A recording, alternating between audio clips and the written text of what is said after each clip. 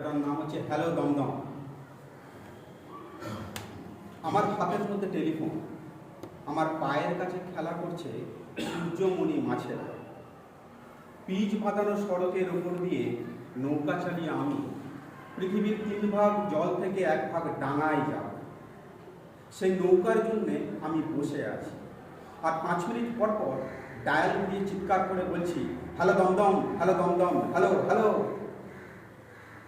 আমার মাথার উপরে জ্বলছে নিয়ন বাতি, আর আমার গোড়ালির চারপাশে চক্কর মেরে হাঁটুর কাছে উঠে আসছে মহেঞ্জোদারো নর্দমা থেকে উপচে পড়া নোংরা কালো জলস্রোত। আমার দেওয়ালে উঠেছে সাইকেডেলিক ছবি। সেই ছবির দিকে তাকিয়ে আমি ভাবতে থাকি যে আমার জুঁইলতা এখন 5 ফুট জলের তলায় ফুল ফোটাচ্ছে, কিন্তু খুব বেশি ভাবনা চিন্তা করার আমি সময় পাই। আচমকা আমার মনে পড়ে যায় যে দমদম থানা থেকে একটা রেস্কিউ বোট আসবে। সেই প্রতিশ্রুতি উদ্ধারের জন্য পুনশ্চ আমি চেঁচাতে থাকি, hello Dum Dum, hello Dum Dum, hello hello hello. জল ঠেলে আমি সবার ঘরে আসি।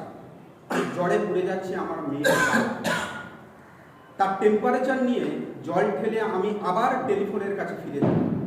এই অবসরে দরজা খোলা পেয়ে রাজ্যের কচুরিপানা ও একটা নেড়ি কুত্তা সাঁতার কেটে আমার ড্রয়িং রুমে এসে পড়ে। আমি বিস্মিত হই না। কচুরিপানার ফুলগুলোকে আমি ফ্লাওয়ার ভাসে সাজিয়ে রাখি, আর নেড়ি কুত্তাটাকে খুব যত্ন করে আমার সোফার ওপরে বসা। তারপর টেলিফোনের মাউথ পিসটাকে তার মুখে গুঁজে দিয়ে বলি, যদি বাঁচতে চাস হারামজাদা, তাহলে আয় আমার সঙ্গে গলা মিলিয়ে বল, hello Dum Dum, hello Dum Dum, hello hello hello.